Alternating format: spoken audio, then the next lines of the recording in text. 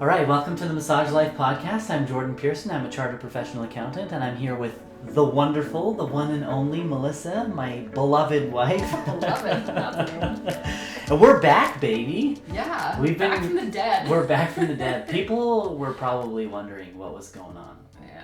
Like, did we die? Did we get divorced? I would never leave you, but I wouldn't be surprised if you ever left me. Next moments. So today we're talking about, wait, should we say where we were? Because we just... It's a mystery. We just kind of threw that out there, because it's been a long time. When was the last time we recorded a podcast? It's been a while, several months for sure. Yeah, we moved, that's the main reason. We moved down to Lethbridge. Yeah, still in Alberta. Yeah, still still representing. Yes, we love all of Canada. We don't want to diss any other provinces. So Alberta really is the Wild West. It's a little... Oh, we're insane. We're insane. Yeah. Even I look at... Yeah. It is what it is. Yeah. But yeah. But Melissa... Good. Yeah, it's been good. What were you going to say? Nothing. Okay. Honestly, like 2 minutes ago, you were just talking about how we should be better about not talking over one another. Did you say that? I was only sort of half listening. Oh my gosh. Why did I invite you to do this podcast? I don't know.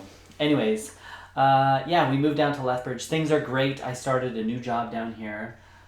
You gave up your old practice in Chestermere. You have some girls working for you, and you're starting fresh down here, and it's a slow go at the beginning. Yeah. Right? Well, I started in the summer too, which is the summer's kind of slow. Right. Regardless, so yeah, I don't know. It's been interesting starting from scratch again.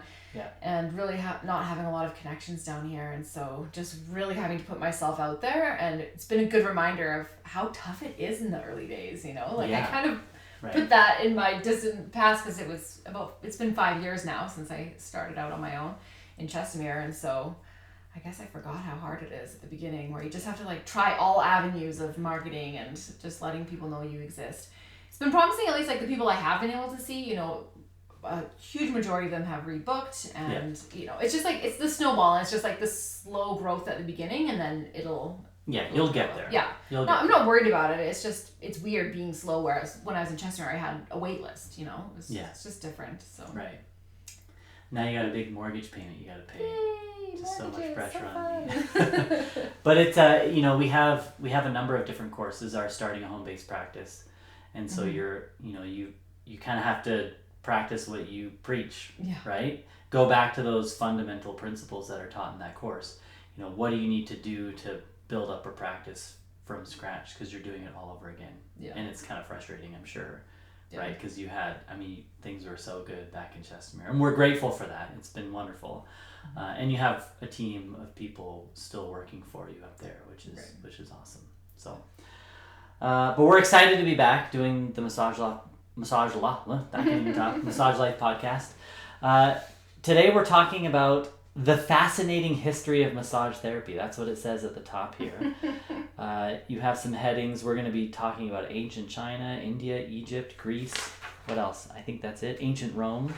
So how are we going to do this? What's the format going to look like? Yeah, so usually our podcasts are quite unscripted, right? We have a lot of banter back and forth. We kind of just talk off the cuff, and those are great as well, but it gets me into trouble, though. This is true. I should have it very scripted for you. You should just say, yes, Melissa. In fact, Melissa started, before we even started this podcast, she said, you really need to be careful to not say anything insulting, right? Because we're talking about the history, and there might be some things that are a little bit unique and different.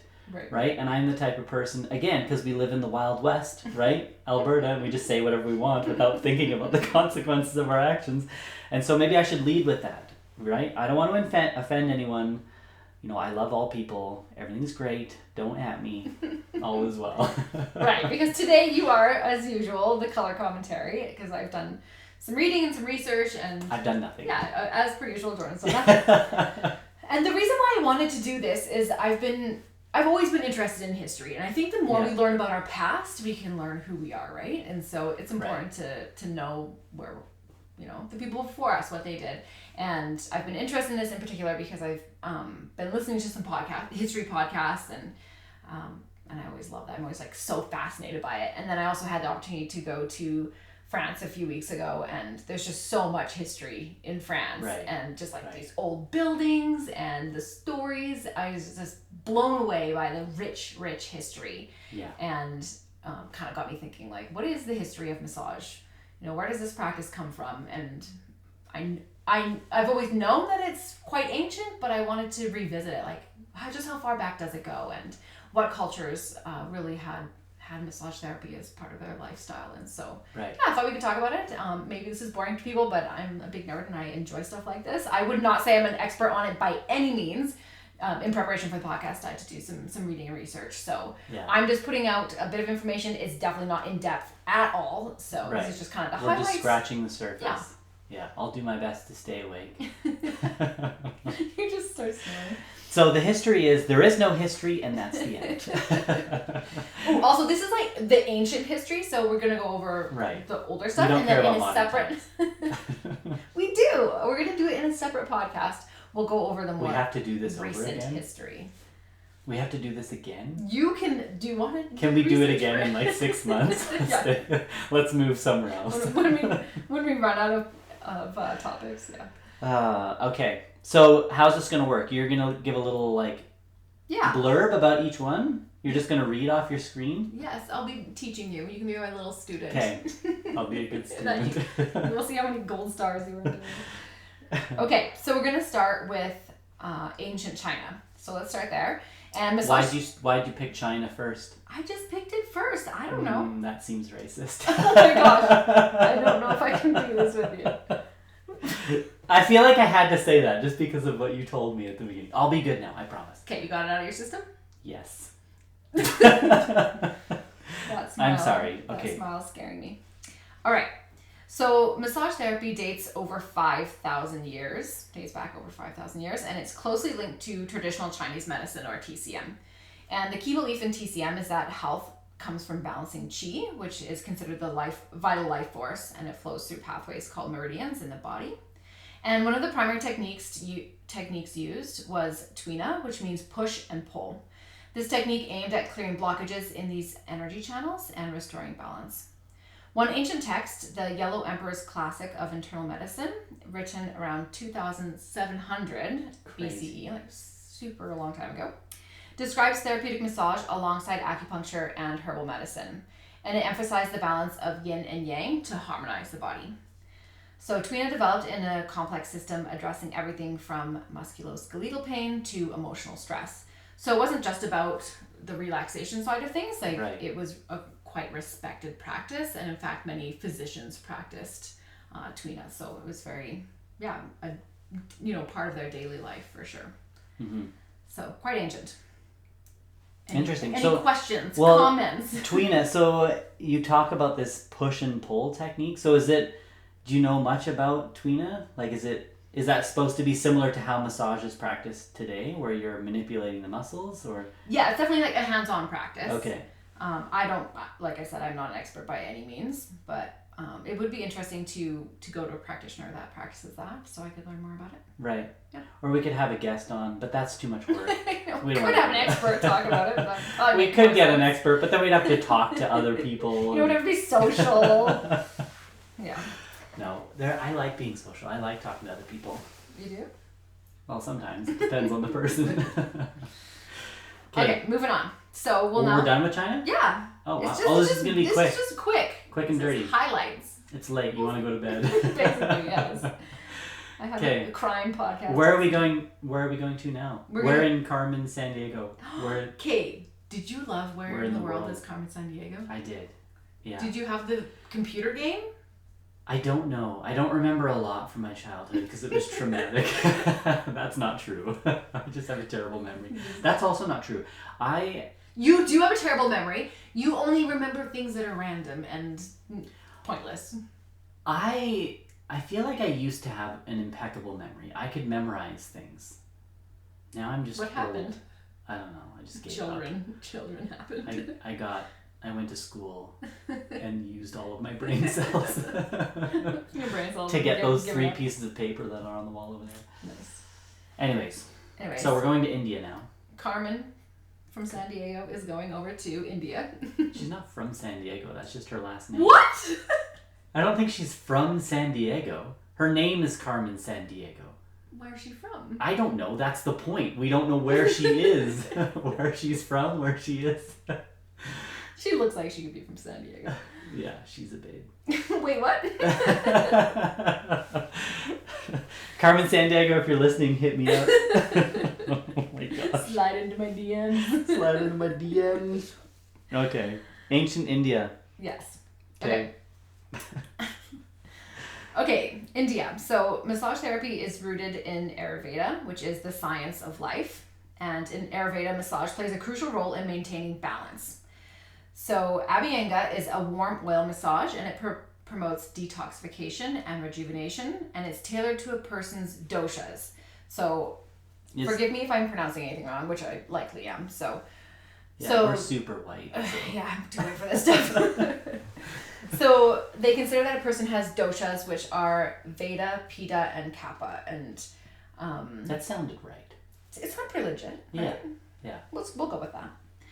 So this is an example. So someone with a Vata imbalance would benefit from slow grounding strokes using warming oils.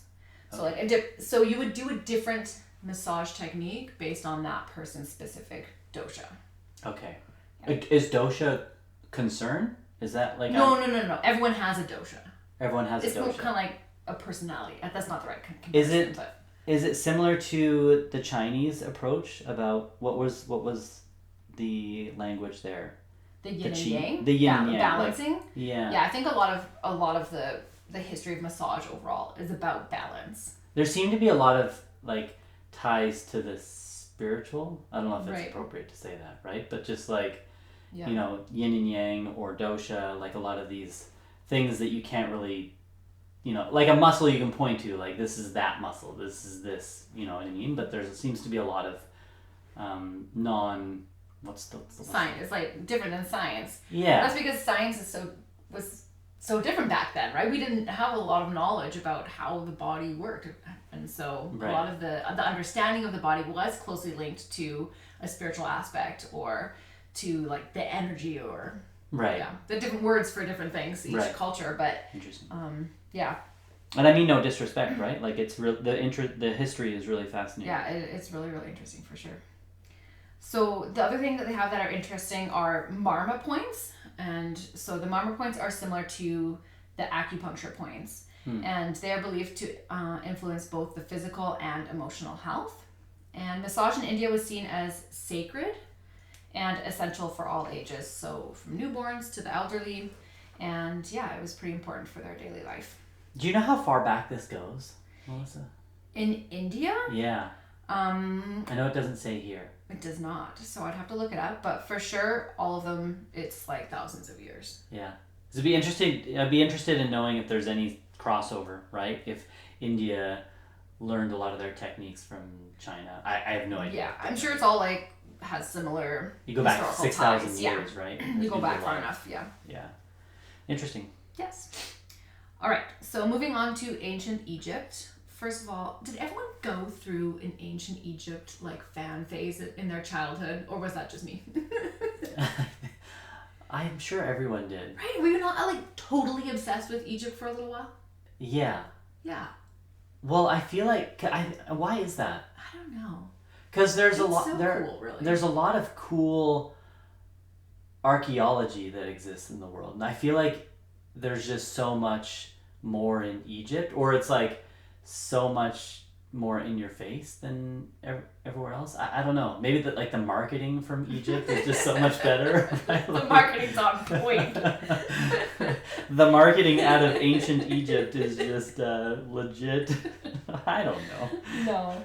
I mean, they just have like a lot of interesting artifacts and things that have been preserved. I think that's a big part of it. In France, when I went to the Louvre, they had so many artifacts from ancient Egypt, which part of me is like, shouldn't this stuff belong in Egypt? Like, why is it all here? But okay. But just so many interesting things to see that have been preserved over time. And a lot of that has to do with their belief in the afterlife, right? And so they would bury a lot of these things with the dead. And so that's why a lot of those items are preserved. Which also makes me wonder, why have these things not been left with the dead? Yeah. This is probably why we're now haunted and in trouble. In 4,000 years, someone's going to dig up my grave. Yeah. Like, who's this guy? Who's this guy? Why would he bury this with himself? What would you have buried with you? You. I don't know. All my money. Yeah?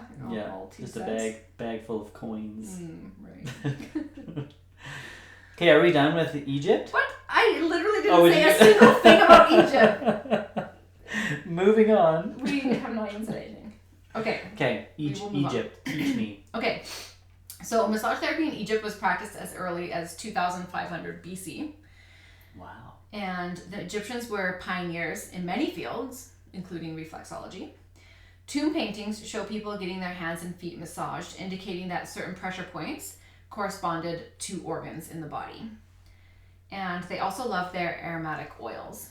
So they had frankincense and myrrh, those were commonly used, and they were believed to cleanse the body and promote health. So we even read about frankincense and myrrh in the Bible, right? We read about that. Uh-huh. And massage had spiritual significance, intertwining physical health with the afterlife, which we mentioned already was a big part of their culture. And so massage was closely intertwined with that as well. Interesting. Yeah. Those tomb paintings are always so fascinating to me because how do they know what it is that's happening, right? Like it says tomb paintings show people getting their hands and feet massaged. How do you know they weren't just like giving a high five? Yeah, how do you know that that's what's going on? And I'm sure there's a valid explanation for that, right? I'm sure there's hieroglyphs and other things that speak to what's going on in those paintings, but I don't know, it's interesting. I think a lot of it is guessing, I'm sure, or like coming to conclusions. It's like context clues. We clearly don't know anything. I'm an Egyptologist now, based on my fascination with Egypt when I was 10. No, I'm sure there's a lot that we don't understand about it, but I think like I said, they were really great at preserving a lot of their culture, and so we gain a lot of understanding from that. Which makes you wonder how much we don't know about the world, right? That cultures that just didn't have the same preservation techniques. Right. It just makes me wonder, wow, what ancient civilizations are we just totally oblivious to because none of it was preserved. Right. And yet we think that we know everything. Yeah. We do? I certainly don't. People in general. All right. So the next we're going to talk about is ancient Greece. So massage was essential for athletes in Greece. Greek athletes, especially during the Olympic Games, relied on massage to enhance performance and aid recovery. So this is kind of different than what we've been talking about with the other cultures, where it was a lot about this spiritual side of things, the emotional side of things, but now it's a little bit more about physical performance. Interesting. And they used oils and friction techniques to warm up the muscles and to prevent injuries. Hippocrates, often called the father of Western medicine, wrote about massage's benefits for various ailments, emphasizing its importance in medical treatment. The Asclepians? I don't know if I'm saying that right. I have no idea. Sounds great. Yeah. They were healing sanctuaries, and they were dedicated to Asclepius, the god of medicine. So I guess kind of like a hospital. I don't know if that's the right comparison, but... Right, that sounds right. It was like a place to escape to the cured. The ancient Greece spa. Yeah. Yeah. So they combined massage with other treatments for a holistic healing experience. So, yeah. Interesting. They used it in Greece as well. And the last one we'll touch on is ancient Rome. So in ancient Rome, their practices, they were borrowed heavily from the Greek traditions. And that makes sense. Yeah. And something that was common there were those Roman bathhouses. Right. And they were essential to social life. Like it was quite a social thing to do. You don't just go by yourself and then go home. You know, quite often we go to the spa by ourselves and then you just leave. But it was like a very social thing. You'd hang out and like group massages? At those bathhouses, they would like hang out and talk and stuff because the bathhouses were more than just a massage. Like it was a whole ritual of bathing and different like techniques that they would do to your body. Like it was a whole thing. And they'd sit around and chat and stuff. Interesting. With little towels, or maybe no little towels. I don't know. No towels at all. No towels at all. Depends on your mood. Oh my gosh. So these Roman bathhouses were central to social life, and massage was part of the bathing ritual. After a soak, Romans would receive massages using oils to relax and restore vitality. The famous physician Galen believed in combining massage with diet and exercise for rehabilitation, especially for gladiators. So even the gladiators, had a massage. Interesting. Yeah. I feel like I've offended someone. I just feel like my presence offends people. This is true. This is really fascinating. Yeah. It'd be interesting to dive into this a little bit more. Yeah. Did you study the history of massage at all in massage school? I'm sure. Was that a part of your... I went to school 20 years ago? 20 years ago? Not 20 years ago. It feels like 20 years ago. Close to it. I started massage school, 17 years ago. Yeah. That's close. I'm rounding up. I can't do that? You can't just round up 3 years. Sure I can. 1,000 I can do days. whatever I want. I'm sure we went over it, but I don't remember a lot of it, to be honest. Right. But yeah, like I said, it's important to know where we came from and understand a little bit of the history of it. And yeah, it's interesting how essential it was to their daily life, right? It was not just reserved for like rich people. It was kind of common for everybody. So that's cool. And yeah, I think it'll set the stage good for our next episode, or maybe it'll be in 6 months. But the next time we chat about this, we'll go into more recent history as far as like how massage became a career. Right. And there's a lot of stuff like in the 60s and 70s when massage therapy became more popular in recent times. So what's the takeaway from this episode? A, we don't know anything about the history. But you can spend 30 minutes listening to us laugh about the history. Sure. Right. Hopefully we haven't offended anyone. Oh, I'm sure we have. If you're watching on YouTube, we have a really cool setup now. We got these fancy yellow chairs. Yeah. One of the colors for the Online Wellness Institute. And then we have this beautiful backdrop, right? This picture that we, I don't know, where did we buy this from? StruckTube, like 15 years ago? Who knows? Anyways, it's good to be back. Yes, we will try to be back on a more regular basis. If you have ideas for us for episodes, if you hated this one and want something different, then let us know. This is going to be a fan favorite for sure. Give us ideas so we don't have to resort to strange topics. Yeah. But yeah, if you need massage therapy education, definitely check out Online Wellness Institute, where we have much more organized and put together content than this podcast. Yeah, I don't want people to think that our courses that this podcast is a reflection of our courses, because in no way is that true. Yeah. Right? We do try to make them fun and interesting, and there are some lighthearted moments. Yeah. But it's really well polished, really well researched.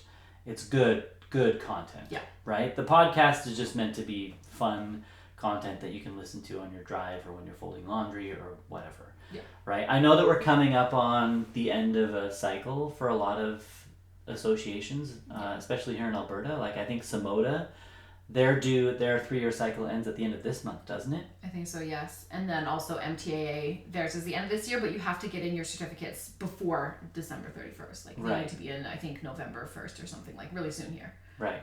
Yeah. Good. Yeah. So check out with your associations. All of our courses have been approved by them. Some of them haven't been approved by some associations. I mean, every association has different rules. Yeah, so, like some don't approve business courses, for example. Right. Yeah. Right. So, but it's all there if you need it. Okay. Anything else, Melissa? That's it for me. Okay. Love you guys. See ya. Thank you so much for listening. If you'd like to stay in touch, you can follow us on Instagram, Facebook, and TikTok. We've included the links to these in the show notes. Also, be sure to check out our website, onlinewellness.ca, if you need any continuing education credits. All of our courses have been approved by massage associations across Canada. Anyways, we'll catch you next time.